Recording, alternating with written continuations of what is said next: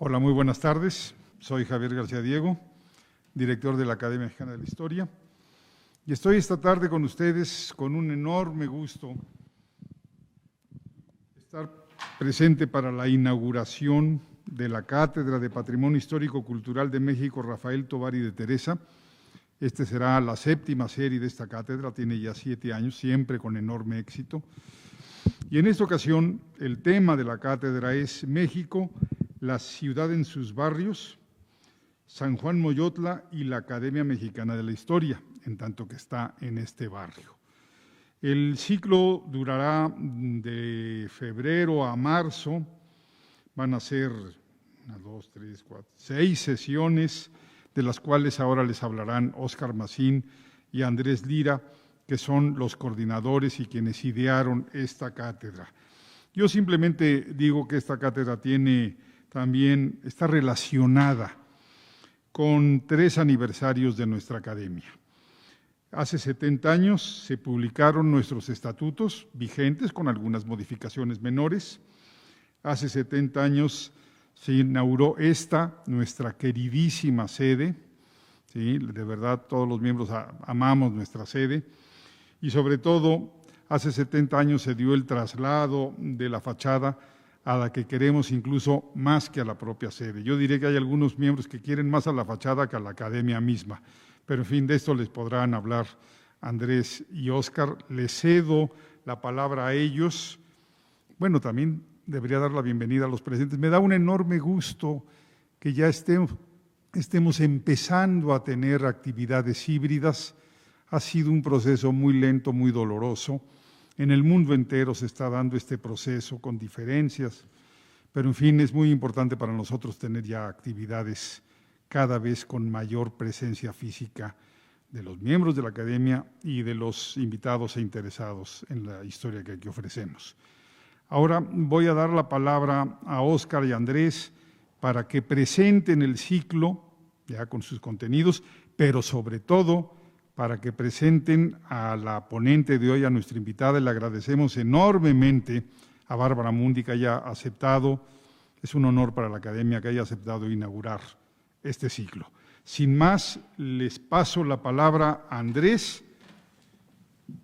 No sé si tengan que pasar los 2 micrófonos. Bueno. Que ahora uno es para afuera y es para adentro. Sí, pero están los 2 juntos. Ahí está. Estamos los 3 aquí, 2 micrófonos. Bueno, pues en primer lugar, darles la bienvenida a todos ustedes, pero sobre todo, en primer lugar a todos, pero primerísimo a Bárbara Mundi, una especialista en la historia cartográfica. La cartografía es una manera de ver el mundo. Un buen mapa es una interpretación de la parte del mundo a la que se refiere, y sobre todo en México. Tiene un libro espléndido sobre hacer un mapa en el siglo XVI, una maravilla, y ha seguido enriqueciendo su haber y el nuestro, porque su generosidad, su creatividad y su trabajo sale al público. Entonces nos beneficiaremos con estas noticias que tenemos de su obra y con lo que nos va a decir sobre esta parte de la ciudad. Está el barrio de San Juan Moyotla o Moyotlán, pero está todo este entorno maravilloso que es una de las partes más vivas de la Ciudad de México. Al final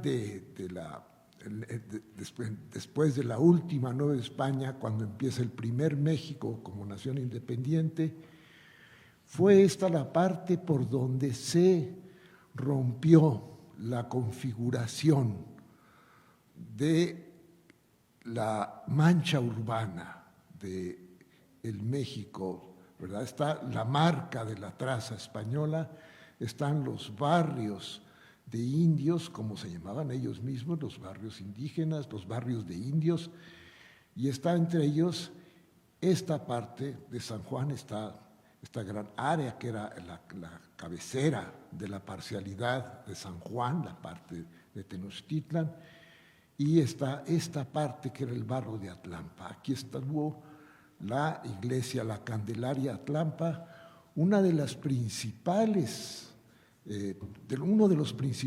templos católicos. Los franciscanos tuvieron ese acierto de ubicar los templos españoles sobre o muy cerca de los antiguos santuarios prehispánicos, los lugares de religiosidad prehispánicos, y entonces hay esa continuidad en el paisaje con todos los cambios. Pero ya en el México independiente, el barrio de Nuevo México o colonia francesa es justamente esta área de una vitalidad comercial impresionante. Es un lugar que no ha dejado de cambiar y que afortunadamente no ha dejado de tener personas devotas del espacio en el que habitan, como el autor de esta obra, don Rafael, el autor de esta obra sobre San Juan Moyotla, que nos acaba de Rafael Olvera, aquí está su nombre, ahorita nos lo acaba de dar, perdón. Pero tenemos esta posibilidad y la idea nuestra es hacernos consciente del sitio que ocupa la academia y el esfuerzo que significó darle esta fachada, este predio para un mejor desarrollo de las actividades de la Academia Mexicana de la Historia. Lo dejo aquí porque le voy a pedir pues, que escuchen al doctor Mazin, que nos va a dirigir unas palabras sobre la conferenciante de esta noche. Muchas gracias. Intentaré ser breve. Hay que decir, gracias Andrés, hay que decir, aparte de lo que acaba de exponer el doctor Lira, que hemos estado trabajando en la confección, en la elaboración de este ciclo de conferencias, todos los que vamos a participar en él, es decir, 7 colegas, porque algunas conferencias serán dictadas por 2 personas. Quiere decir esto que hemos tenido un seminario, ya tiene 3 o 4 sesiones, y nuestro cometido es dar a conocer el barrio, pero en relación con la sede propia de esta academia. Digo propia porque durante casi la mitad de su existencia, acabamos de cumplir 100 años, la academia fue peregrina por distintos sitios de la Ciudad de México, es decir, pagábamos alquiler para poder sesionar, y resulta que en el año 1952, de repente don Atanasio González Arabia, que era a la sazón director de esta academia y subdirector del Banco Nacional de México, un día llegó y anunció a sus colegas académicos: nos acaban de regalar, el Banco Nacional de México nos acaban de regalar una fachada barroca que estaba en la calle de Capuchinas, la actual Venustiano Carranza. Y entonces todos, el beneplácito, muy bien, menos don Manuel Toussaint. Don Manuel Toussaint, académico de la historia y director de monumentos coloniales en ese momento, les dijo: oigan, no, yo estoy en desacuerdo con el donativo. ¿Dónde la vamos a poner? Se está cayendo a pedazos. No tenían en dónde ponerla. Entonces fue la fachada la que hizo que se encontrara este predio, y que este predio, que mide 21 metros, lo dona el gobierno del presidente Miguel Alemán en el año 52 mismo, y entonces ya no hay problema para trasladar la fachada regalada a la academia ambulante. Y entonces háganse de cuenta que se escogió este predio por los 21 metros de frente que coinciden exactamente con la fachada. O sea, la fachada hace posible que la Academia Mexicana de la Historia tenga una sede propia y llega aquí a este barrio. Pero ahora nuestro cometido es dar a conocer esta interacción entre el barrio y la academia. Tengo el honor de presentar a mi amiga y colega, la historiadora de arte Bárbara Mundi. Ella es egresada de la Universidad de Yale, una de las universidades más prestigiosas de la Unión Americana, y es discípula nada menos que de George Kubler, el gran historiador de, todos conocido, los conventos e iglesias convento de la Nueva España en el siglo XVI. Los estudios de Bárbara Mundi se centran sobre todo en zonas de contacto entre pueblos nativos y los pobladores españoles cuando forjan nuevas culturas en las Américas, culturas visuales sobre todo. Bárbara se ha interesado sobre todo en la construcción social del espacio y su imaginario, y ese es el tema de su primer libro, The Mapping of New Spain, ¿sí? El mapeo de la Nueva España, que es su tesis doctoral, publicada por Chicago, la universidad, la imprenta de Chicago, de la Universidad de Chicago en 1996. Su libro más reciente es La muerte de Tenochtitlan, la vida de México, publicada por Grano de Sal en el año 2018, que es un libro magnífico que se basa en textos y representaciones mexicas para contrarrestar una historiografía pues, colonialista y defender la naturaleza de la Ciudad de México como una ciudad indígena hasta el siglo XVI. En fin, forma parte, Bárbara, su currículum es muy amplio, como todos podrán imaginar, forma parte del Consejo Editorial de Estudios de Cultura Náhuatl y de la revista The Americas, es miembro del Consejo Asesor del Society of Fellows in Critical Bibliography. Mundi fue presidente de la Sociedad Americana de Etnohistoria entre 2021 y 2022 y ha ocupado la cátedra Kislak en la Biblioteca del Congreso. Actualmente se desempeña como profesora nada menos que de la Universidad de Tulane y es titular de la cátedra Donald y Martha Robertson de Historia del Arte Latinoamericano. Pues, sin más, cedemos la palabra a nuestra muy distinguida invitada. Muchas gracias, Bárbara.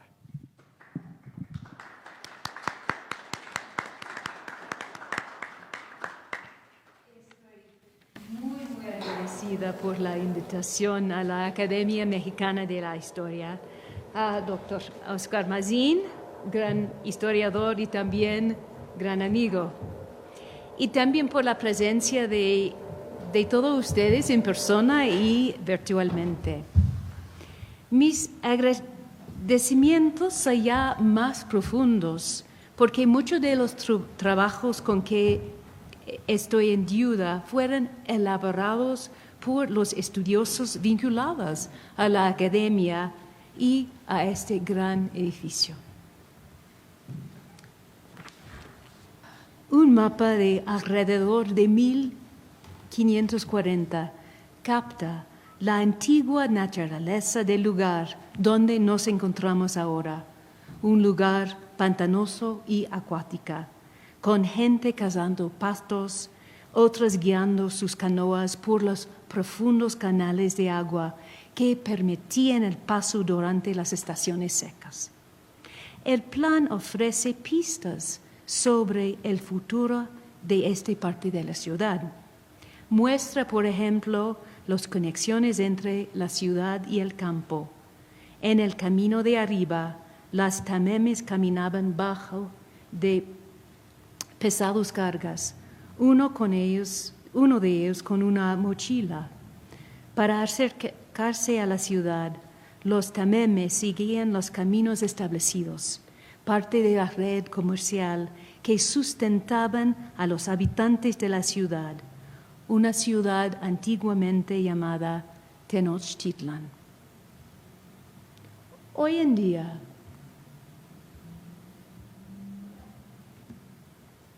las mismas vialidades.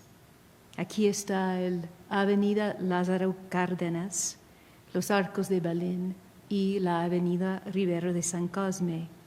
Siguen siendo parte de la red comercial que sostiene a los habitantes de la ciudad actual. La zona actual, donde se ubica la Academia Mexicana de la Historia, sigue siendo parte del corazón de la Ciudad de México. La naturaleza de este barrio como centro de comercio tiene sus raíces en el siglo XVI, tras la caída de los gobernantes mexicas, y quizás antes, durante la época prehispánica de Tenochtitlan. Además, podemos rastrear su importancia como centro cultural hasta el siglo XVI, cuando fue elegida como sede del Palacio del Gobierno, Utecpan, de la República de Indios de México Tenochtitlán. En esta presentación quiero ofrecer un breve recorrido por la historia de los alrededores de la actual Academia Mexicana de la Historia, basada en mis estudios sobre la cartografía de la Ciudad de México. En la pantalla pueden ver algunos de los mapas y planos que nos guiaron durante este recorrido. Mi presentación tiene 4 paradas para explicar el desarrollo de este barrio. Empezamos en el 1519, el año anterior al asesino de Moctezuma, y veremos la abundante naturaleza de esta zona. La segunda parada es en 1536, durante la primera fase de la transformación de la capital mexica de Tenochtitlán, con la fundación de un importante mercado. La tercera parada es en 1550, con la construcción de un tecpan, el Palacio de los Gobernantes de la República de Indios de México Tenochtitlán.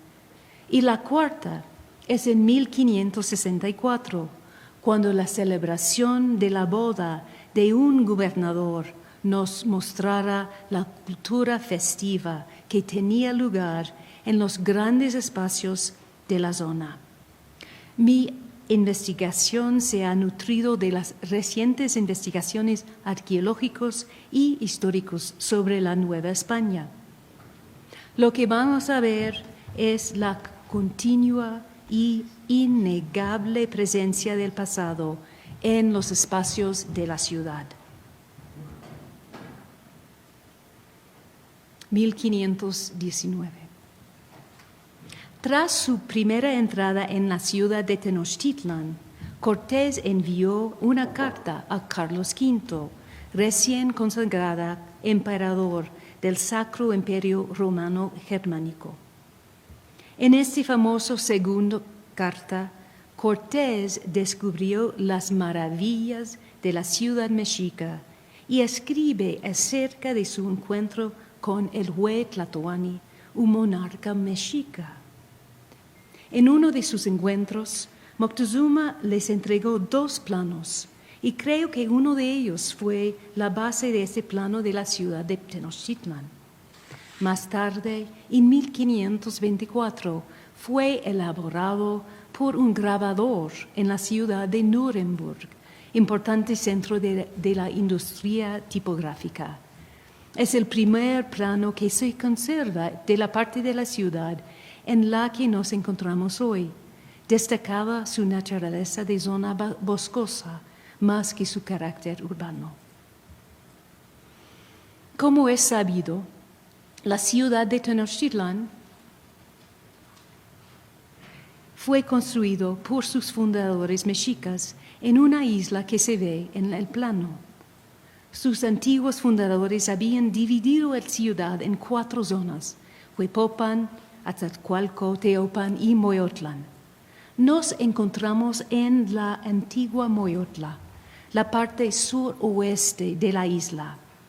Podemos orientar el plano por la presencia de los manantiales de Chapultepec, arriba, es decir, el oeste está arriba. Al sureste está Iztapalapa y al noreste está Tlaquibaya, que hoy se conoce como Tacuba. En el plano, el carácter acuático y verde de Moyotla está claramente indicado con los amplios canales y rodales de árboles. También está marcado por la presencia del último Huey Tlatoani, Moctezuma Xocoyotzin. Las leyendas en latín explican que en esta zona se encontraba el arboreto de Moctezuma. Además, está el caso de recreo de Moctezuma, tal vez donde se retiraba a cazar.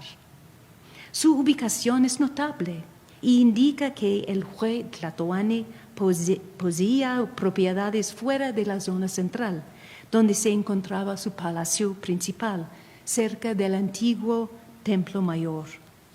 Además, estaba su Casa de los Pájaros, donde albergaba a las aves que utilizaba para su famosa plumería. Sabemos de la ubicación de los diferentes barrios u tlaxilacali de Moyotlan por el plano que publicó Alfonso Caso en 1556. Se ve sus límites por la línea naranja en el plano. Últimamente, la investigación, aquí es Moyotla, de Carlos González González ha revelado que Moyotla también tenía una devoción particular al dios Xipetotec, el dios de la regeneración del maíz. González argumentó que uno de los tlaxilacali o barrios de Moyotlan, Tlalcocomulco, se encontraba el templo dedicado a Xipe. Además, en Yopico, sus sacerdotes terminan su fiesta con el entierro de la piel humana que portaba la Teixipla de Xipe, u manifestación del dios. Recientes hallazgos arqueológicos confirmaron la importancia de Xipe.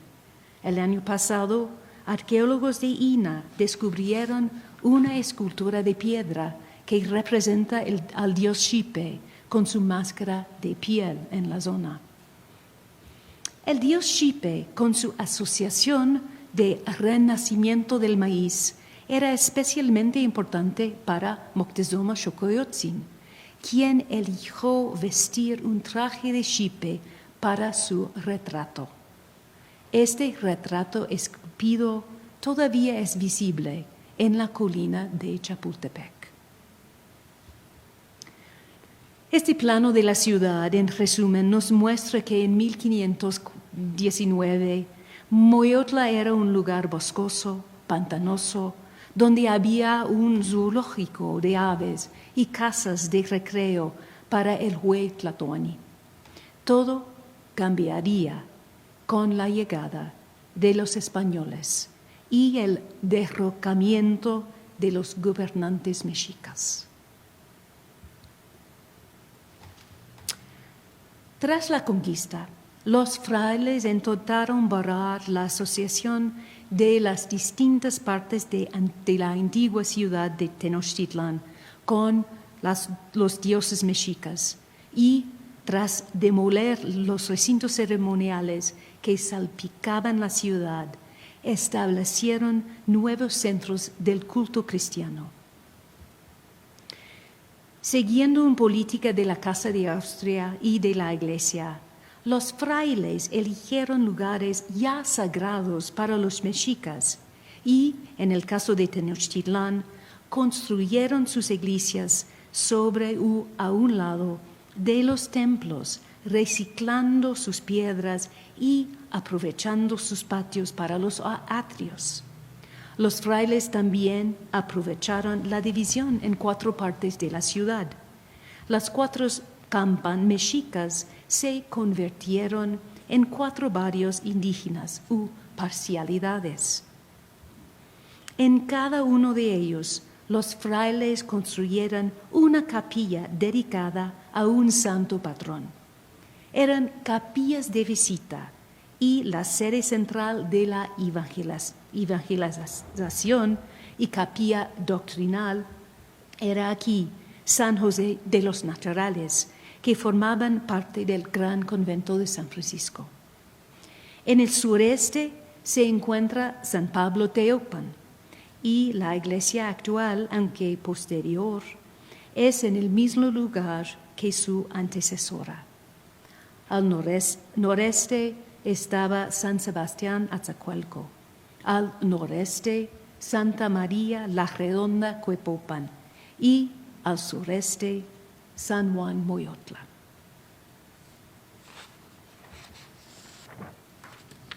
Esta imagen ideal de la ciudad por parte de los franciscanos aparece en el Códice Osuna.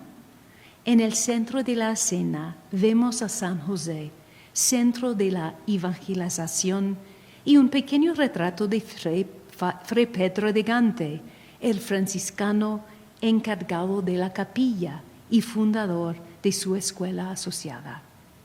En los 4 puntos cardinales vemos las capillas de visita, cada uno marcado por los símbolos de su santo patrón.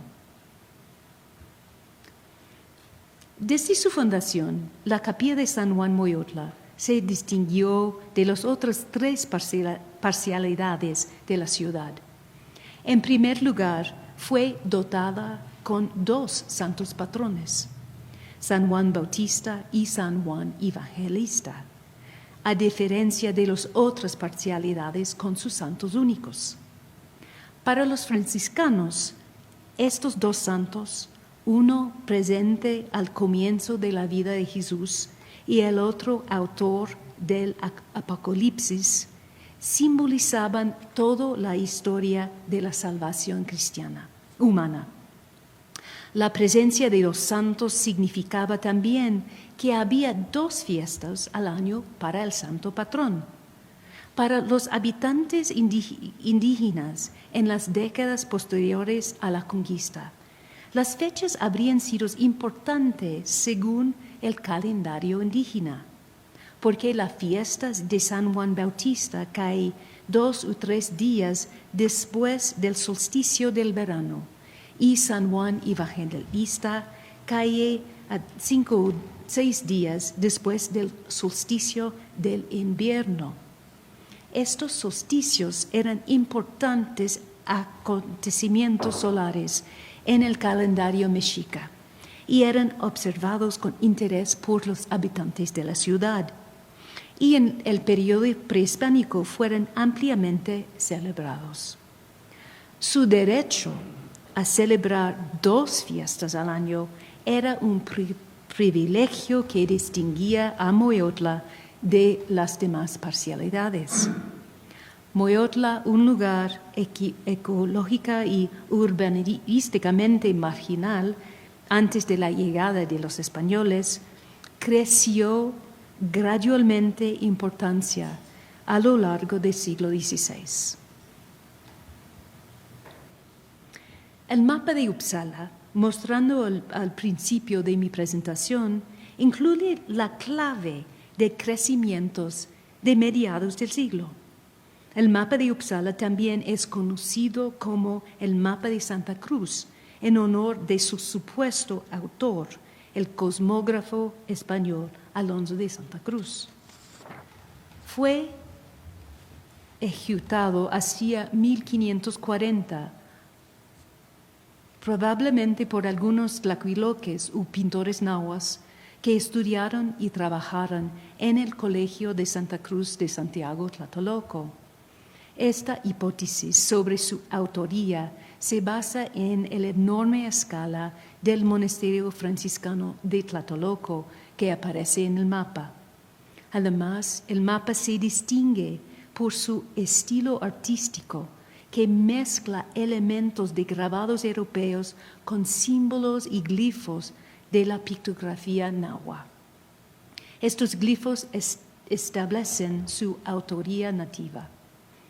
A partir de Manuel Toussaint en 1536, los investigadores han coincidido en la exactitud de la representación y parece que sus pintores tenían un profundo conocimiento de la ciudad y de la cuenca circundante.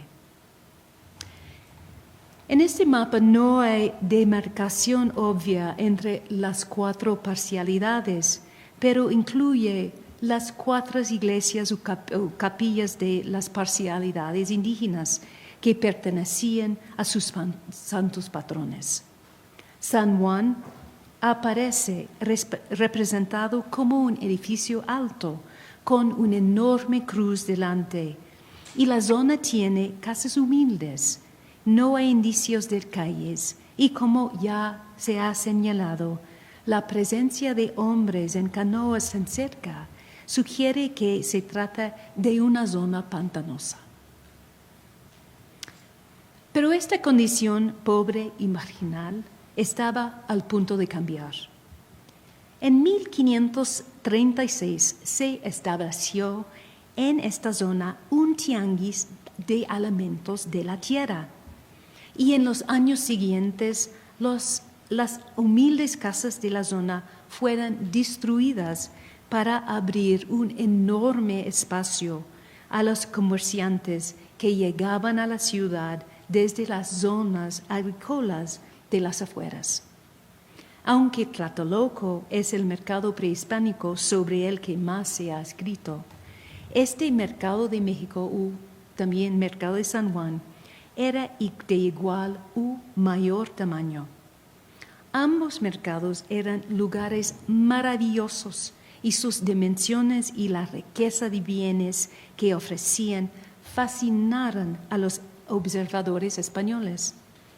Francisco López de Gómara, el biógrafo de Cortés, después de hacer la observación de que Tlatelolco tenía un enorme mercado, pasa a describir el de Tenochtitlan, el cual, después de la conquista, fue conocido como el Tianguis de México.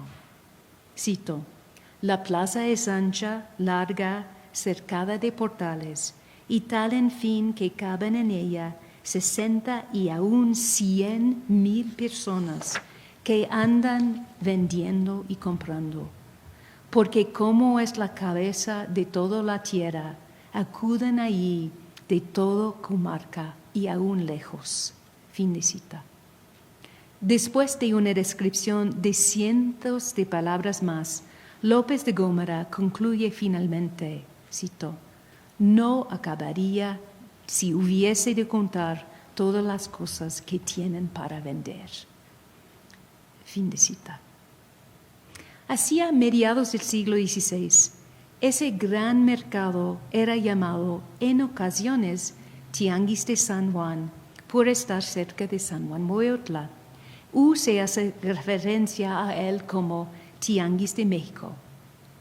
Durante el periodo colonial se entendía que un tianguis era un mercado donde se comerciaban principalmente con alimentos, en oposición a los parianes, donde finalmente se pudieran encontrar bienes llegados de los confines del imperio.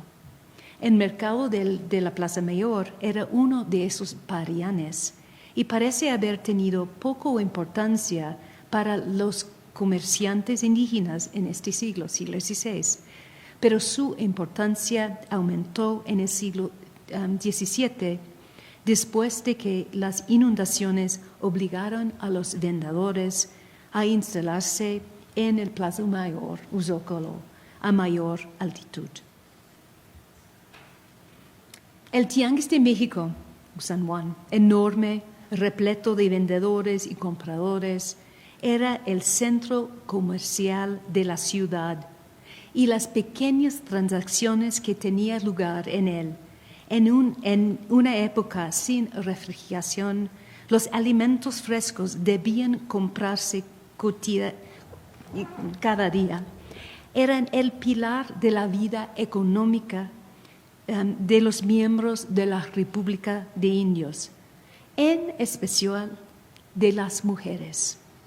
En las ordenanzas emitidas por el virrey, fines del siglo XVI y principios del siglo XVII, se mencionaba frecuentemente que quienes vendían ahí eran mujeres indias.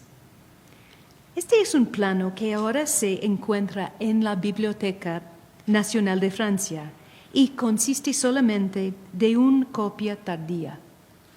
A pesar de ser copia, revela lo que se vendía en el tianguis a finales del siglo XVI. En este plano, orientado al sur, se ve un espacio urbano muy ordenado.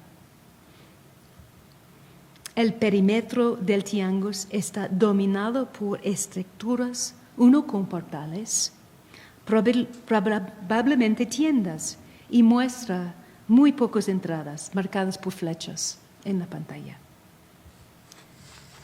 Dentro del espacio delimitado del tianguis había una plaza abierta en torno a la fuente central, octagonal, y 8 calles o pasajes rectos irradiaban de las esquinas, dividiendo el espacio del mercado en 8 bloques.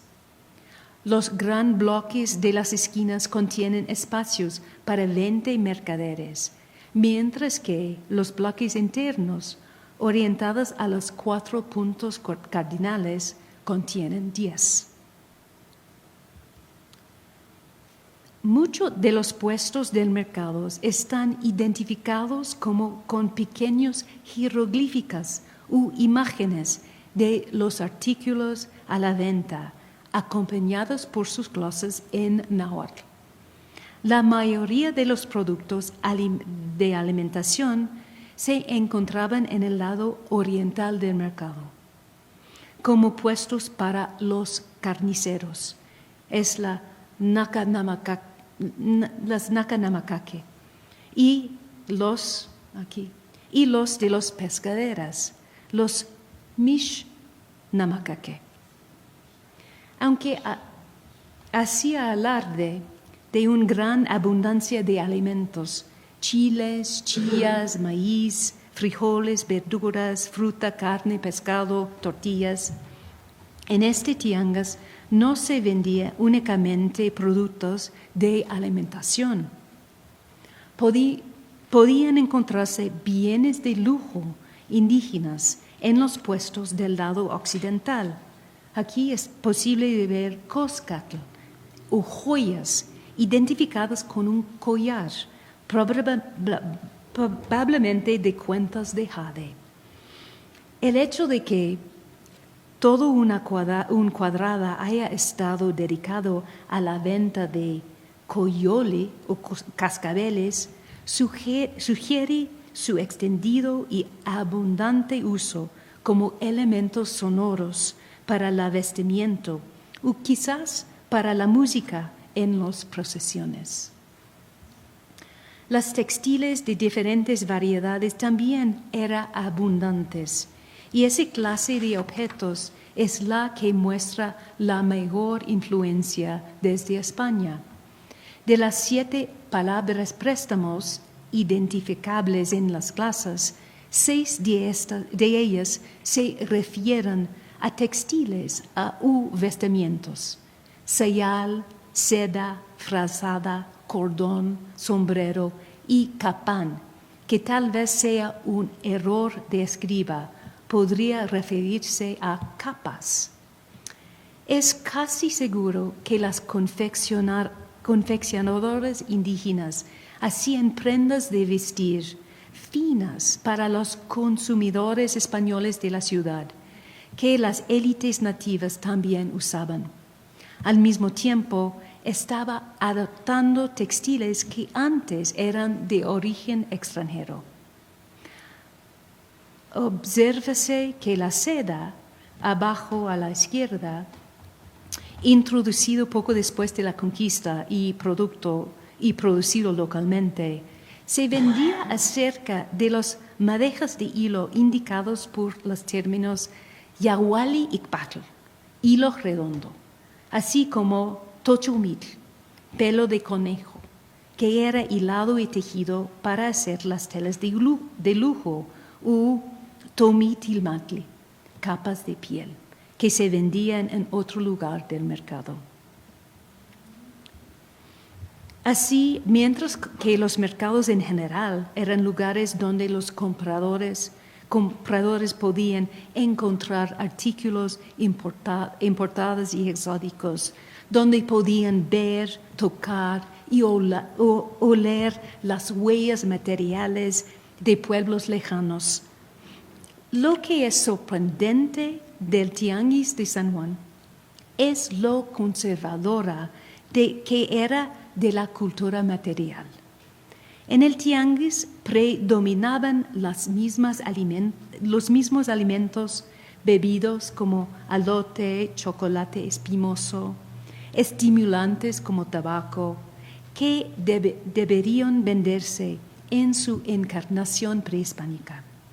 Los mismos patates y los mismos recipientes de cerámica. Dado a los fuertes aromas de los chiles, el pescado y las frutas tropicales, el tianguis también tenía su propio perfil olfativo, otra poderosa afinidad con su similar prehispánico. Igual son los sonidos. Uno puede imaginar a los vendedores ambulantes hablando en náhuatl y a los comerciantes de cascabel anunciando sus productos y promoviendo algún artículo recientemente introducido. La guitarra española, por ejemplo, con su nombre en náhuatl, mecahuehuetl, se significa tambor vertical encordado, debido a su importancia para la economía de la ciudad. El Tianguis de México era un espacio codiciado y el destino de la zona de Moyotla estaba estrechamente ligada a la suerte del tianguis.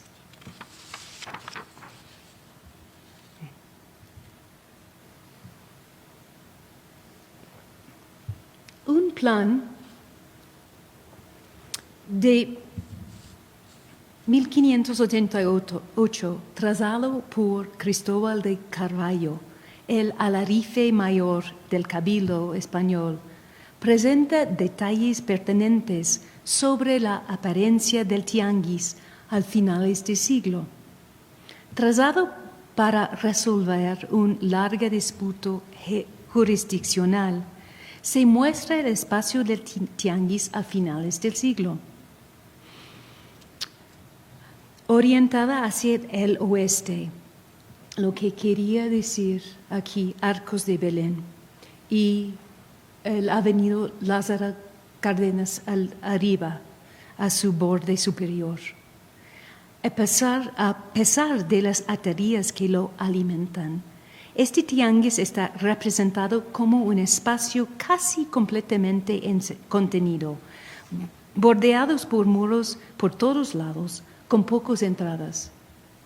Se ve aquí las 3 entradas. En la esquina noreste está el portal de tejada, indicado por unos pequeños círculos que muestran las huellas de sus columnas cilíndricas de arquería. Este edificio, construido por Lorenzo de Tejado, oidor de la Real Audiencia, fue quizás la primera estructura permanente del mercado, en cuya frente, en los portales cubiertos, los comerciantes podían exponer sus mercaderías y protegerse de los elementos. El nombre de Tejada, aunque no el edificio, perduró hasta fines del siglo XIX y se encuentra en planos de la ciudad del siglo XIX como este. En el presente, el lugar del Gran Tianguis de México se asigna con frecuencia erróneamente al del otro mercado mucho más tardío, el mercado de San Juan, que se encuentra a unas cuantas cuadras calles de nosotros. Una gran parte del antiguo sitio del tianguis está ocupado por el edificio de las Vizcaínos, del siglo XVIII. Para mostrar la extensión del Tianguis de San Juan, he sobrepuesto el plano de 1588 trazado por el Alarife sobre un Google Map y ese revela que el Tianguis medía casi 230 metros a lo largo de su eje norte-sur y que era un poco más extenso a lo largo de su eje este-oeste, de quizás poco más de 300 metros. Por lo tanto, ese gran espacio era aproximadamente un 15% mayor que la Plaza Mayor u Zócalo del centro de la ciudad, la cual es la segunda plaza más grande del mundo en la actualidad. Por lo cuanto, cuando se fundó el Tianguis de México, era uno de los espacios urbanos abiertos más grande de cualquier ciudad europeo u americano.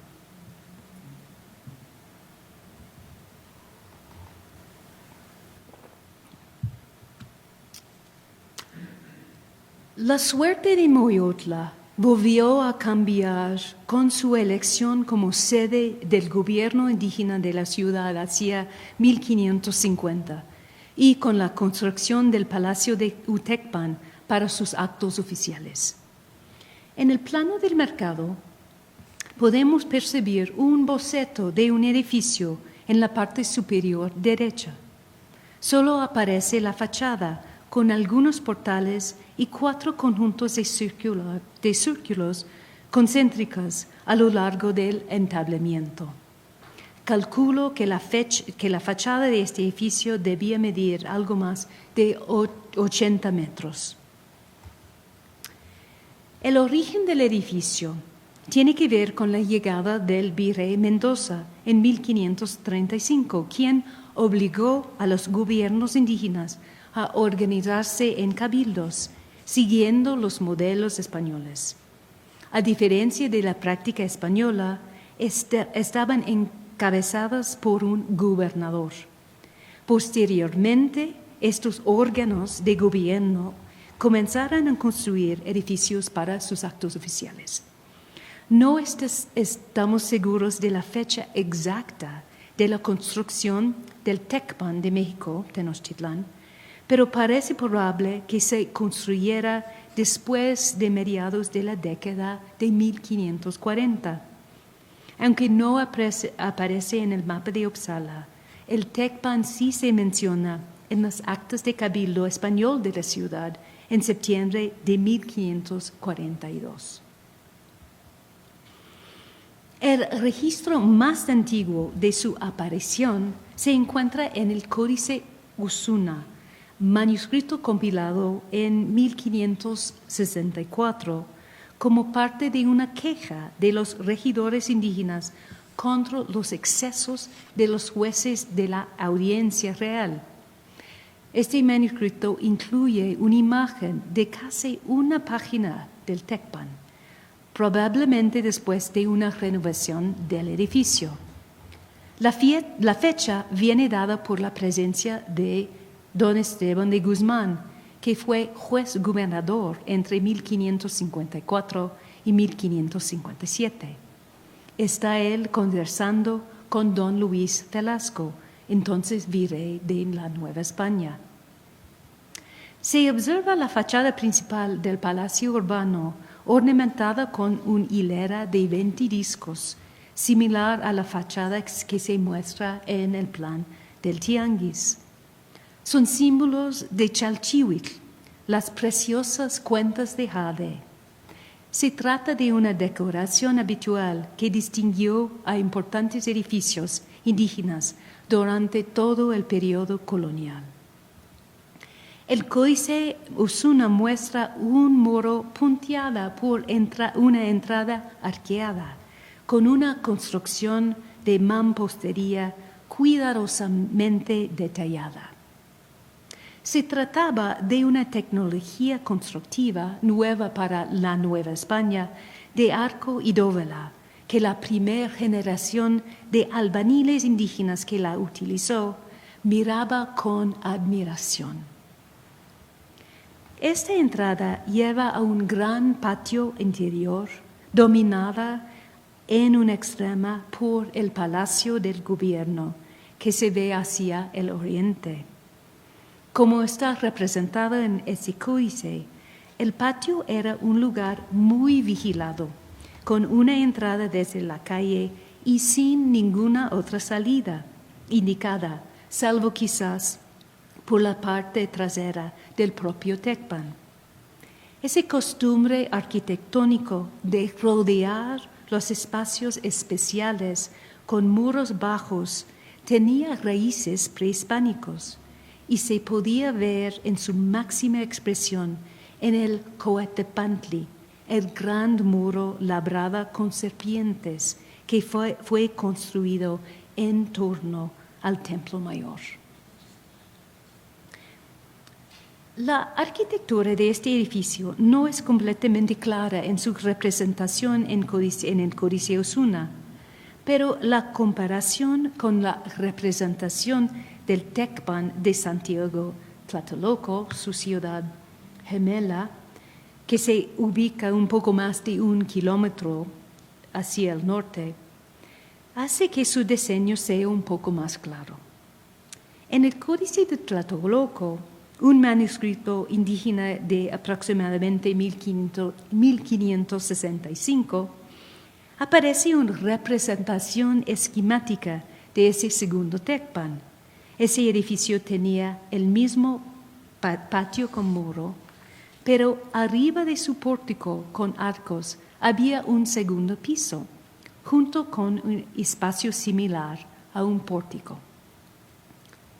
En el Palacio Indígena de México Tenochtitlán aparecen elementos similares, un amplio patio con muro y un edificio de 2 pisos con pórtico.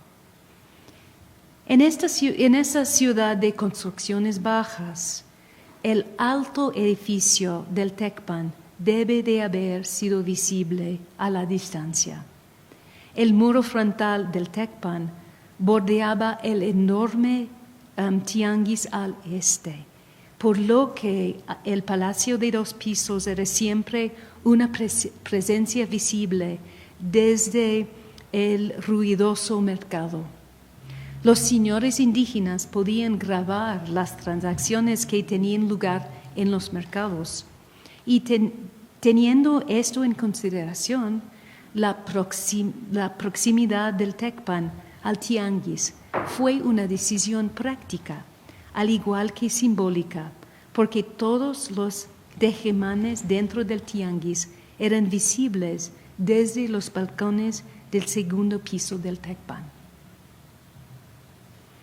Cuando se evalúa la situación del naciente parcialidad de San Juan Moyotla en 1550, comparándolo con la impresión en el mapa de Nuremberg 25 o 30 años antes, se observan cambios notables. Las élites nativas en general habían sido expulsados del centro de la ciudad, alrededor de la Zócalo, plaza principal. Esta se transformó en un nuevo centro de poder español en Nueva España. En respuesta, las élites indígenas fundaron un nuevo centro de poder nativo en la parcialidad de San Juan Moyotla. Podemos percibir los cambios en un plano de 1628 de Juan Gómez de Trasmonte. Junto al gran mercado con vendedores nativos estaba el Tecpan, sede del Cabildo Indígena. Cerca estaba la gran capilla de San José de los Naturales, parte del complejo conventual de San Francisco, que servía como iglesia parroquial para todos los habitantes nativos de la ciudad. Juntos estos centros de comercio, gobierno y religión crearon un nuevo centro de gravedad en la ciudad. A ese peso gravitacional se sumó la población. A partir de este momento, Moyotla sería la más poblada de las 4 parcialidades. Casi sin duda alguna, la elección de Moyotla como un lugar preeminente tuvo la intención de contrarrestar los intereses de otros clanes poderosos de las élites indígenas de la ciudad. El parcelamiento de las diferentes secciones de la ciudad para entregarlas a las diferentes nobles indígenas, efectuada bajo el mando de Cortés, dejó las parcialidades en manos de diferentes familias indígenas que construyeron sus respectivos palacios, como lo hizo la familia de Juan Velázquez Tlacotzin. Su casa era adyacente al primer tianguis establecido cerca de la Alameda en los años 1520, que fue reemplazada por el tianguis de San Juan. Unos juicios posteriores indican la razón por la que su ubicación fuese tan importante. Durante el periodo prehispánico, la costumbre era que los habitantes del Altepetl proporcionaron tributo en forma de mano de obra a su tlatoani, una pauta que perduró. El establecerse como gobernante de una parcialidad significaba tener acceso a la mano de obra del lugar. Un clan muy competitivo al respecto fue la familia Tapia, que descendía del don Andrés de Tapia Motelchiutzin, quien había sido gobernador brevemente en los años 20. Su hijo, Hernando de Tapia, fue intérprete de la Real Audiencia, cargo que le dio acceso a los oficiales de la corona y, a su muerte, era un hombre rico.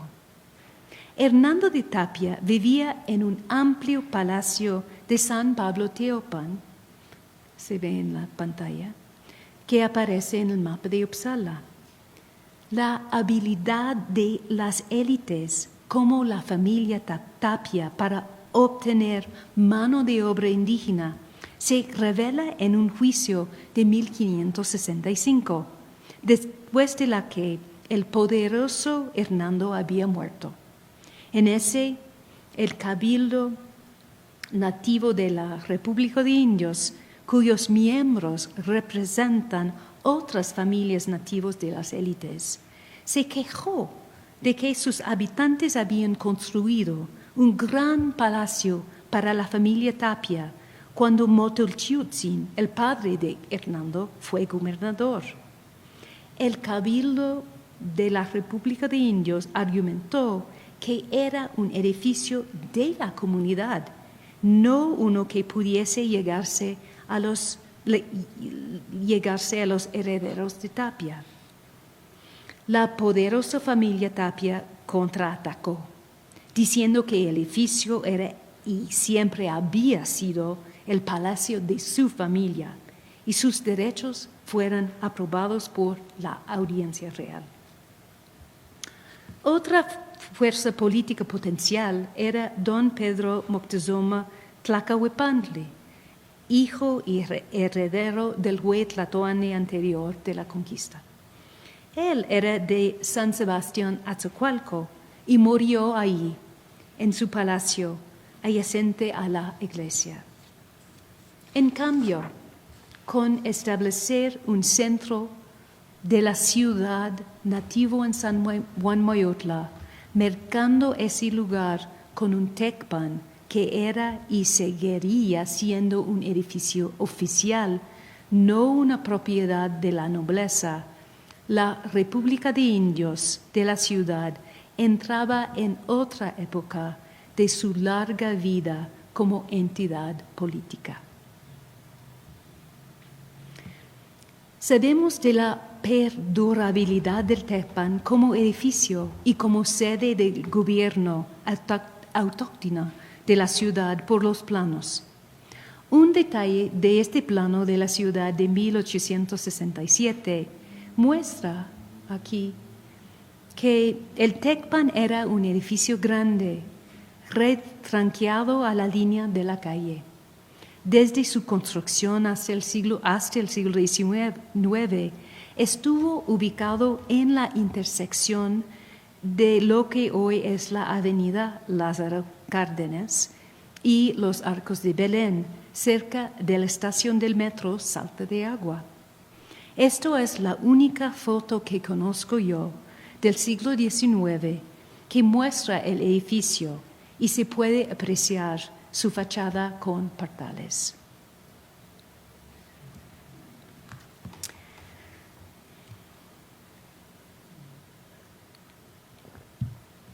Última parada.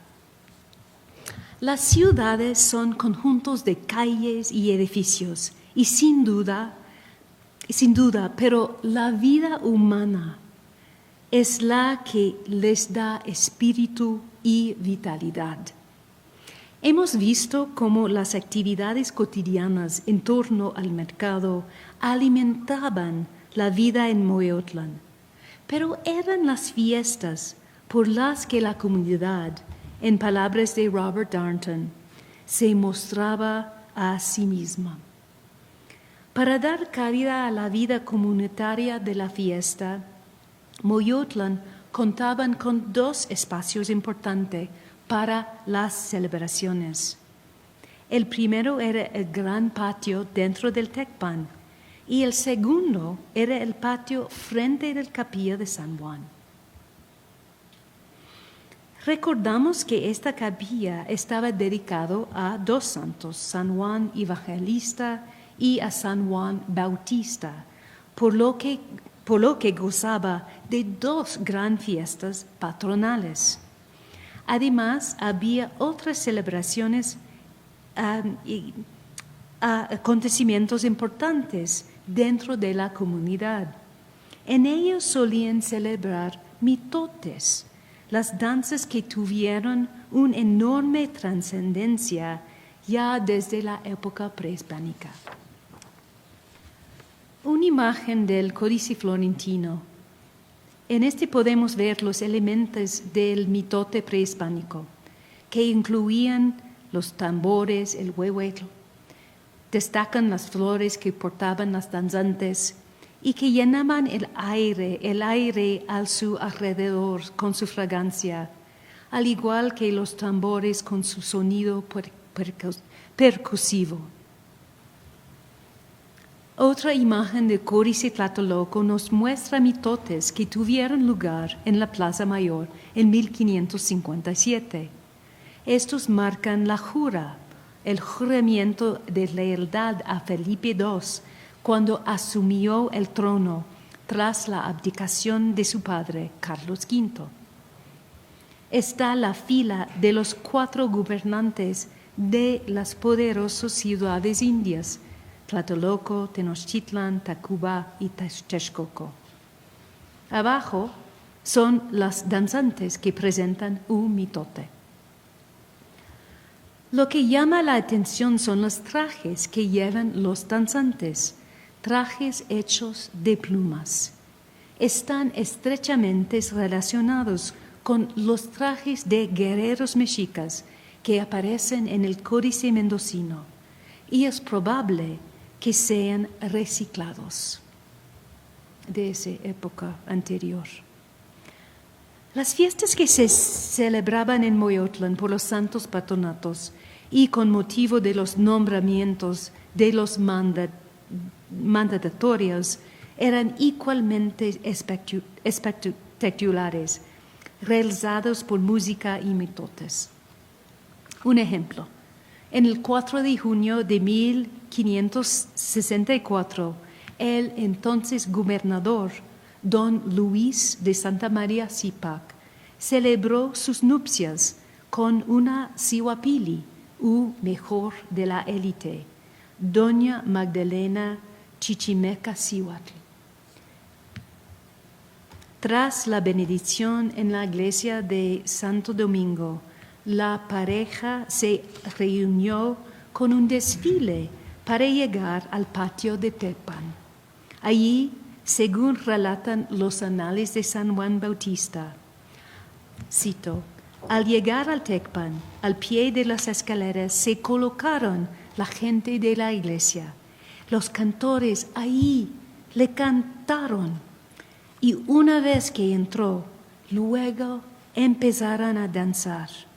Primero se interpretó el Chichimecayotl y luego empezó el Atequilcuicatl y el señor Tlatoani, es decir, Don Luis, en persona danzó. Fin de cita. Los mitotes fueron memorables, tanto que quedaron registrados en la historia del barrio. Las fiestas seglares fueron complementados por las fiestas religiosas. La presencia de dos santos patrones permitía a los habitantes de la parcialidad celebrar 2 veces al año, en junio tras el solsticio de verano y en diciembre tras el solsticio de invierno. Estas fiestas tenían lugar en torno a la capilla de San Juan. No sabemos mucho sobre el carácter arquitectónico de ese lugar, salvo el boceto que aparece en el mapa de Uppsala. Fue una iglesia de visita durante el siglo XVI, porque la capilla de doctrina de San Juan de los Naturales no estaba lejos. Pero para los habitantes de Moyotla, su propia iglesia de San Juan tenía una importancia central en la vida ceremonial. Cuando los franciscanos quisieron fundar un convento de monjas en lugar de la capilla, el gobierno de la República de Indios de San Juan Moyotla pidió que no se moviera la advocación de San Juan para poder celebrar las 2 fiestas, así como las celebraciones de Pascua. Además, solicitaron un patio lo suficientemente grande para poder hacer sus acostumbrados, cito, baile y mitotes según sus costumbres. Y que quienes lo desearan pudieran ser enterrados en la iglesia. Fin de cita. En el plan de Juan Gómez de Trasmante de 1628, se revela que en lugar de la capilla de San Juan se encuentra el nuevo convento de monjas de San Juan de la Penitencia, construido en 1592. Pero las peticiones de las élites de Moyotla fueron atendidas. Planos posteriores de la ciudad muestran la gran plaza para dar cabida a las fiestas indígenas que tenía lugar en esta plaza, marcada por las fichas.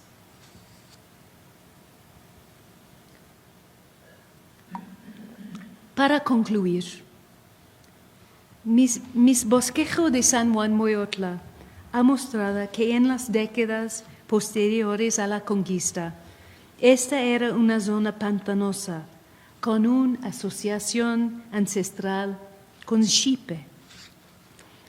Esto fue borrado por la nueva geografía católica promovida por los frailes, especialmente los franciscanos. Con la fundación del Tianguis al oriente del barrio, volvía a ser un importante centro mercantil. Y con la construcción del Tecpan frente al mercado, los gobernantes indígenas tuvieron una sede permanente y San Juan Moyotla se estableció como el centro del gobierno de la República de Indios de México Tenochtitlán. En las conferencias que sigan, Cada lunes a las 5 de la tarde conoceremos más sobre los acontecimientos del barrio y cómo llegó a ser el sitio elegido para la elegante fachada que ahora es el acceso y símbolo de la sede de la Academia de la Historia. Estoy muy agradecida de poder compartir con ustedes esta noche mi contribución a su historia. Gracias.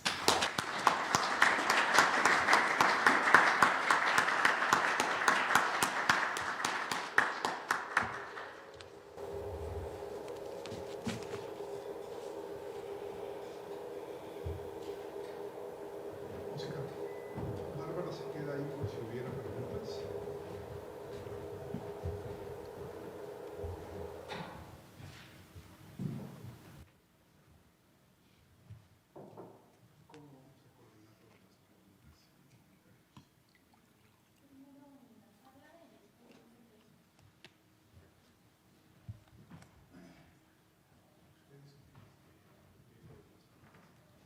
Bueno, primero que todo, muchísimas gracias. Interesantísima ponencia, de verdad, Bárbara, muy agradecidos.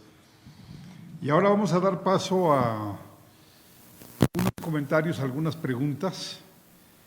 Creo que primero procederíamos a darle la palabra a los que están presentes en la sala, en la mesa, para que empiecen a llegar algunas preguntas de quienes están viéndonos desde posiciones remotas por internet. Entonces, Óscar, Andrés, ¿alguien más en la sala? ¿Quisieran hacer algunos comentarios, preguntas a Bárbara? Ahí está uno. Ahí atrás está Javier Nogués. Si nos ayudaras, Alexis.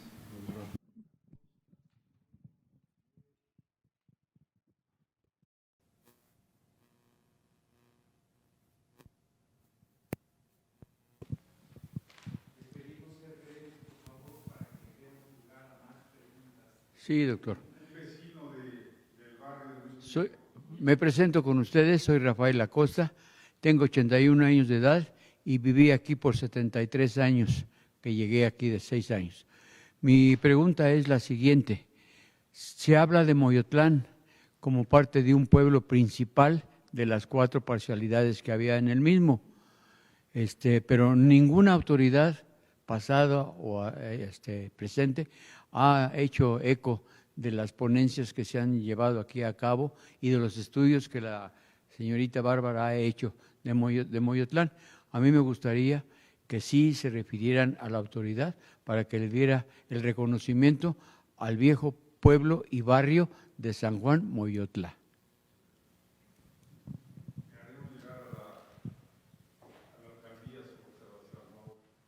¿Alguien más? Nada más una pregunta.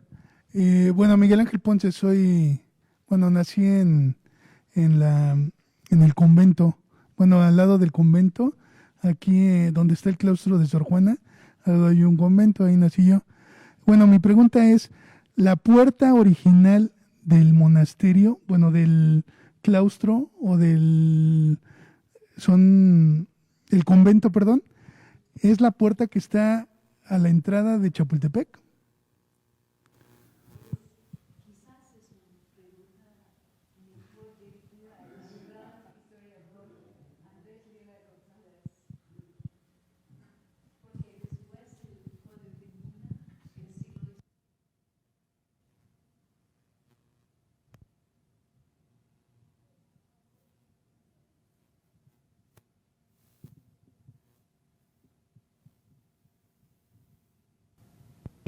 No es, porque este es un edificio, la puerta está más bien de este lado, más al norte, en la parte norte.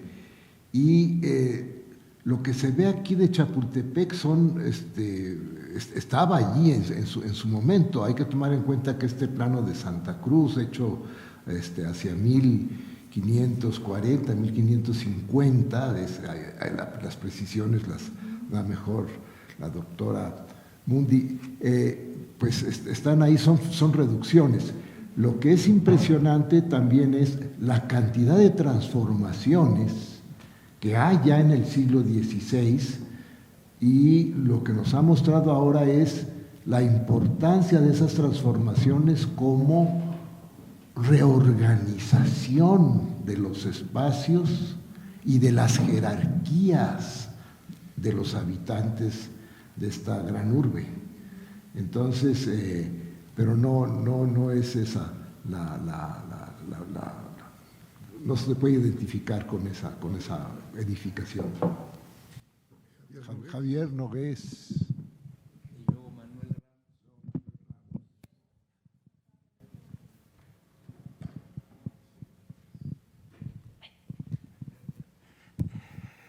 Bueno, pues, ¿me oyen? Muchas gracias, Bárbara. Es muy aclarador estos estudios que estás realizando. Conozco tu libro en inglés, que amablemente me obsequiaste, y la traducción al español de Grano de Sal. Varias preguntas, pero quizá después, tomando un cafecito, podamos verlas. Me llama la atención una fecha más temprana del mapa de Santa Cruz. Se había dado 54, 55 en la edición de León Portilla y Carmen Aguilera, ¿no? Parece que es más temprano. Y acaba de publicarse en Relatos e Historias un número dedicado al Colegio de la Santa Cruz de Tlatelolco. Y ahí hay un artículo de dos colegas nuestros, Abán y Pablo Escalante, donde incluso desafían la idea de que haya sido elaborado, pintado en Tlatelolco. Y dice, Abán después me escribió y me dice que lo van a trabajar con mucho mayor detalle. Es un gran mapa, de veras, es un gran mapa. Y lo que tú mencionaste, sabían muy bien la cartografía, ¿no? Está lleno de vida, pescando, caminando, los canales. Ese es verdaderamente una cascada de alegría, ese mapa, ¿no? Y creo que pues habría que volver. Yo sí creo que es Tlatelolco, por el tamaño que se da a esta parte de las dos islas, ¿no? Y la otra cuestión, la segunda y última, afortunadamente ya sabemos más sobre la cuestión de la iconografía de los barrios. Número 1, son 4. Número 2, los nombres que toman en náhuatl son muy poco, vamos a decir, merecedores de atención. Cuepopan, ¿no? Atzacoalco, Moyotlán, el lugar de los insectos, Teopan, San Pablo Teopan, ¿no? Como que no quisieron mucho relacionarlo con las antiguas deidades, ¿no? Más bien parece que hacen mención al ambiente donde están estos barrios, ¿no? Y la otra cuestión interesante es por qué deciden que San Juan Moyotla sea el centro del gobierno indígena, ¿no? Y es interesantísimo los glifos que aparecen en el Códice Osuna de cada uno de ellos, ¿no? Santa María, una corona por Santa María la Redonda, que está dedicada a la Asunción. Todavía existe y acaba de ser renovada esa parte de Santa María la Redonda, que es limita con Tlatelolco, además, ¿no? San Pablo, la espada, San Sebastián, el arco, la flecha, ¿no? Y el más interesante es San Juan, porque mencionaste dos San Juanes, San Juan Bautista y San Juan Evangelista, pero el glifo hace mención a San Juan Evangelista. La copa, que es exactamente una serpiente o un dragón, el intento de envenenar a San Juan Evangelista en la isla de Patmos, ¿no? Y es curioso, nuestro querido doctor Robertson, del cual tú ahora gozas su chair, ¿no? De Martha y Donald Robertson Chair, ¿no? La cátedra, como sería en español, siempre decía en su clase, los indígenas, they were very choosy, muy escogedores, ¿no? ¿por qué escogieron precisamente estos símbolos, ¿no? Pero bueno, ese es otro asunto muy interesante. Esa lámina que presentaste del Códice Osuna es maravillosa. Ahí están claramente cómo estaban organizados y qué es lo que había detrás de haber escogido a 3 santos, pero una virgen, Santa María. Muchas gracias, Bárbara, por esta excelente presentación. Y aprovecho también en este momento a darle las gracias a Andrés Lira González. Nos ha proporcionado en un solo volumen todos los trabajos de Tlatelolco a través de los tiempos, publicado por el Colegio de México y creo que por la Academia, ¿no? Es todo lo que sabemos de Tlatelolco a partir de los trabajos que se iniciaron en 1944, ¿no? Pablo Martínez del Río, Antonieta Espejo y mi queridísimo Robert Barlow, ¿no?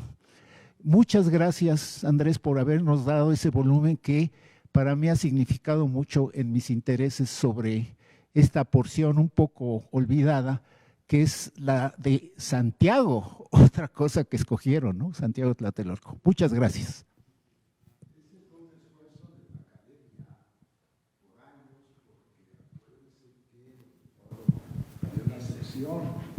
Tlatelolco a través de los tiempos, esa es, y se logró con muy pocos recursos, pero con un trabajo muy sabio y un hombre muy buen arqueólogo y un hombre de organización como fue don Pablo Martínez del Río, que sabía llegarle a la gente, ¿no? En fin, hay mucho que platicar de esta academia y bueno, pues adelante. Manuel Ramos. Creo que, bueno, en lo que le llevan el micrófono a Manuel Ramos, no sé si haya más intervenciones. Comentar a Javier Urrés que acaba de aparecer una novela policial del asesinato de Robert Barlow, que no recomiendo para hacer. Bárbara, muchas gracias también por esta conferencia que nos ha hecho viajar en el tiempo. Y cuando uno entra a Vizcaínas, pues con esto nos queda muy claro lo que fue. Mi pregunta es muy concreta. ¿Con qué se comerciaba? ¿Cuál era? ¿Había moneda? ¿Cómo se llevaba a cabo ese tránsito tan fuerte en el mercado?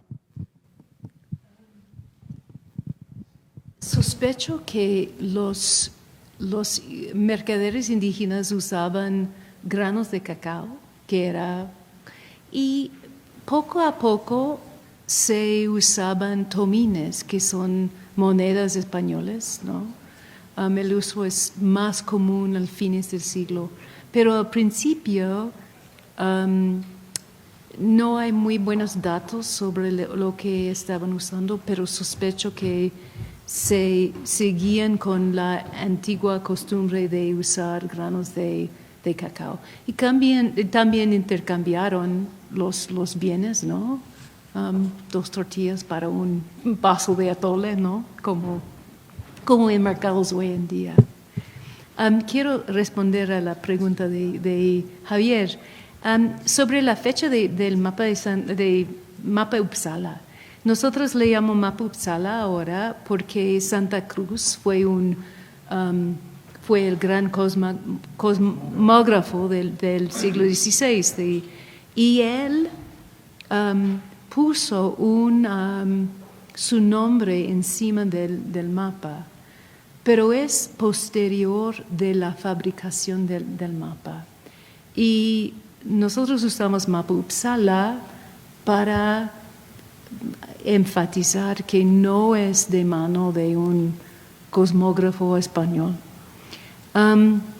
Sobre la fecha, Jennifer Saracino y yo acaban de publicar un artículo breve en Imago Mundi y nosotros argumentamos que la fecha es muy temprano por la evidencia de los edificios dentro de la ciudad. Aparecen edificios de los años 30 y principios de los años 40, pero no hay mucho después de 1542. Entonces, por la evidencia arquitectónica de la ciudad, nosotros argumentamos que la fecha es muy temprano. Tuvimos la oportunidad de viajar a Uppsala para ver el mapa y es súper interesante porque está hecho de pergamino, que es un sustrato sumamente raro en los manuscritos de la Cuenca de México, que normalmente eran hechos de papel de amate, que tiene un significado muy importante. De todas maneras, de hacerlo con pergamino sugiere que está hecho en un centro europeo donde tiene acceso a los modos de preparar el pergamino, porque no es una técnica nativa. También se nota durante nuestros días con el mapa en Uppsala, pudimos notar que está raspada la superficie del mapa para poner las águilas de los Habsburgos. Y también la parte donde aparece el nombre de Santa Cruz estaba raspada. Entonces, nosotros proponemos que al enviar este mapa a España, ellos hacen como renovación, raspando la parte al fondo para sobreponer las águilas de los Habsburgos, a recibirlo en la corte español. Entonces, hay evidencias internas del manuscrito que sugiere que fue terminado aquí en México más o menos 1542. La recepción fue tardío. Nosotros tenemos Santa Cruz, la fecha de Santa Cruz es 1555. Y por eso es la fecha que emplearon el gran estudio que hace Carmen Aguilar y León Portilla, sí. Ellos usan la fecha que puso Santa Cruz. Y eso es la última fecha del mapa, pero desde nuestro argumento fue elaborado la mayor parte en más o menos en 1542. Poco después. Gracias. Sí. Una última pregunta aquí en la sala. Buenas tardes. Pues mi nombre es Carlos González, soy historiador también del pueblo de San Pedro Atocpan. Y primero que nada quisiera decirle que leí su libro, acá lo tengo, me gustó mucho, me sirvió mucho en la pandemia porque estuve trabajando con él. Y dos preguntas muy puntuales. Primero que nada vi donde está Moctezuma vestido como Xipe. Quisiera saber cómo puedo llegar ahí para ver a esas esculturas en piedra. Y la segunda sería si la iglesia que está aquí en San Juan, junto a la fuente, ese es San Juan Evangelista y San Juan Bautista. Esa es mi pregunta. Otra vez la segunda pregunta. Que Esta iglesia de aquí es San Juan Bautista o San Juan Evangelista, pero es la de San Juan de la Penitencia, ¿no? Sí, es San Juan de la Penitencia. Okay, ese sería. Cuando llegaron, los franciscanos, cuando ellos construyeron el nuevo convento para monjas, ellos cambiaron la avocación desde San Juan Evangelista y Bautista hasta San Juan de la Penitencia. Pero según ese juicio de 1591 o 2, antes de la construcción, en ese momento, antes de la fundación del convento, la capilla fue dedicada a los dos santos. Y sospecho que la comunidad de San Juan Moyotlán mudaron las avocaciones de sus dos San Juanes al dentro del convento. Y yo no sé si hay evidencia de como altares a San Juan Moyotlán o San Juan Evangelista dentro de San Juan de la Penitencia. Hay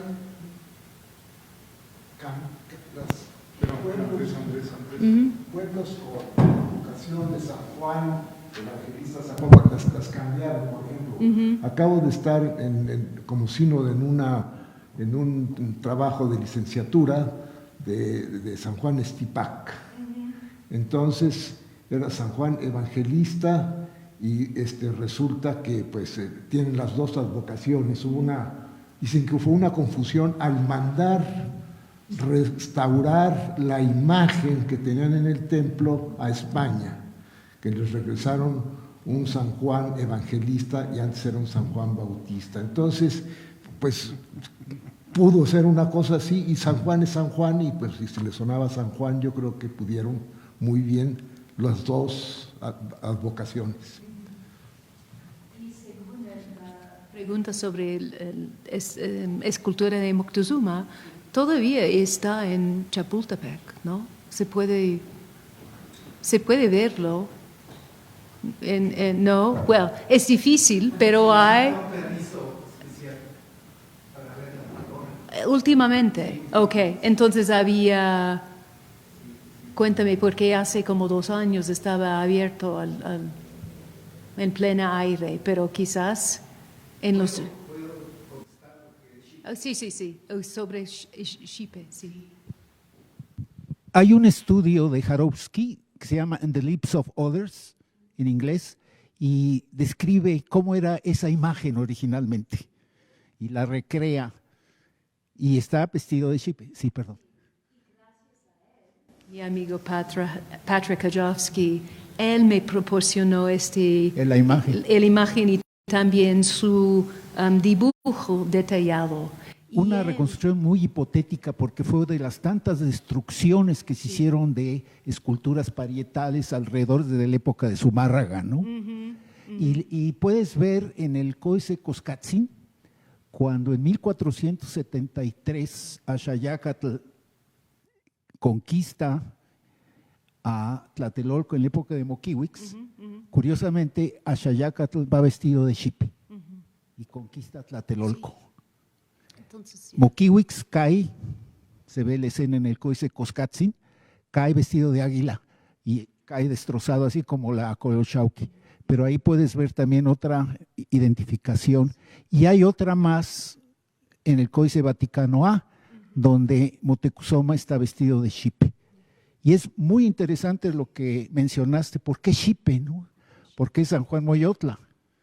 Y se acaba de descubrir una escultura de Xipe, ¿no? Sí hay varios ejemplos. El libro se llama On the Lips of Others. Está en inglés y es de un apellido bastante difícil, un nombre, Jarowski, ¿no? Jarowski. Pero te podemos dar los datos, ¿no? Perdón por la... Vamos a pasar ahora a la lectura de las preguntas y comentarios remotas. Las va a hacer Alexis. Así es.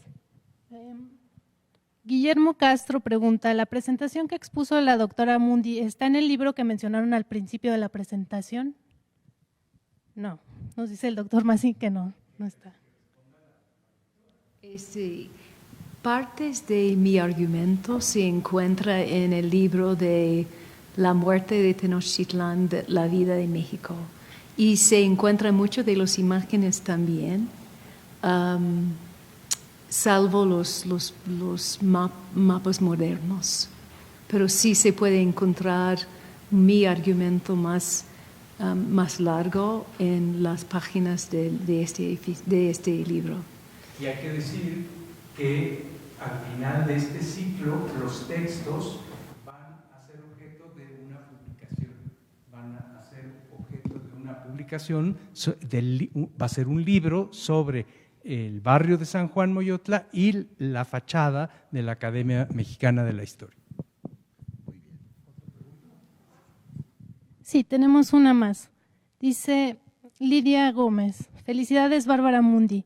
Quisiera preguntar sobre las jurisdicciones entre Tlatelolco y San Juan durante esos primeros años virreinales, ya que desde luego que debía de haber un mercado, una iglesia y un tepa en cada una de las sedes de gobierno indio. Sabemos de oficiales de República de San Juan desde 1542 y en la década de 1550 de la Caja de Comunidad. Riquísimo. Hasta donde estaba demarcada la jurisdicción de San Juan Tenochtitlan, es decir, de las facultades de Zutecpan. ¿Qué es las últimas palabras? Es decir, las facultades de Zutecpan. Hasta donde estaban demarcada la jurisdicción de San Juan Tenochtitlan, es decir, de las facultades de Zutecpan. Sí. Ahí concluye el comentario. Sí. Gracias, Lidia. Es más comentario que pregunta. Okay. No, Lidia es gran experta en los repúblicas indias, sobre todo. Lidia Gómez es gran experta en las comunidades de indias en la zona de Puebla y Cholula. Entonces ella ha influido mis ideas sobre los papeles de las repúblicas de indios. Pero antes de todo quiero dar mi agradecimiento a Andrés Lira porque su libro de Comunidades frente de la ciudad fue la semilla de mi libro. Entonces, al leer, y la semilla fue la existencia del Tecpan, ¿no? Para encontrar el Tecpan en el siglo XIX en las páginas del libro del doctor Lira, eso fue para mí una revelación. Y yo pues me dediqué en escribir este libro para entender la relación entre el enorme importante ciudad de Tenochtitlan y la presencia de un Tecpan, un sede de gobierno hasta el siglo XIX. Entonces mi libro fue mi intento de responder a una pregunta. ¿Qué pasó desde la caída de los monarcas mexicas hasta el siglo XIX? Y al principio intenté de escribir más sobre el siglo XVII, pero al llegar a fines del siglo XVI, yo tenía como tantas páginas escritas y un editor que estaba listo de publicarlo. Entonces, como una buena norteamericana, declaré la victoria y terminó y salí de la Ciudad de México.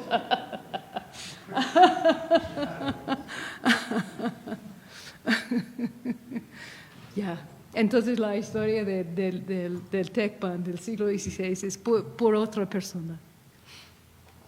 Bueno, pues, ¿ya no hay más preguntas? No, es todo. Entonces voy a dar por concluida esta primera sesión, un momentito por favor, del ciclo de la cátedra Rafael Tovar sobre la academia, sus barrios. El título es México, la ciudad en sus barrios, San Juan Moyotla y la Academia Mexicana de la Historia. Ahora me voy a permitir hacer un comentario. Primero que todo, de verdad agradecerle a Bárbara Mundi su espléndida colaboración, pero me surge una idea, no quiero ser autócrata a pesar de que soy el director de la academia, pero siendo una persona que tiene redes intelectuales con algunos miembros de esta academia y siendo alguien que conoce también el barrio de la academia, pues que nos permita proponerla como miembro correspondiente de la Academia Mexicana de la Historia. Yo como mesa directiva no puedo proponerla, pero sé que habrá algunos colegas amigos que la propondrán. Entonces, si usted lo permite, nos podemos poner a trabajar para que la propongamos formalmente como correspondiente de esta academia.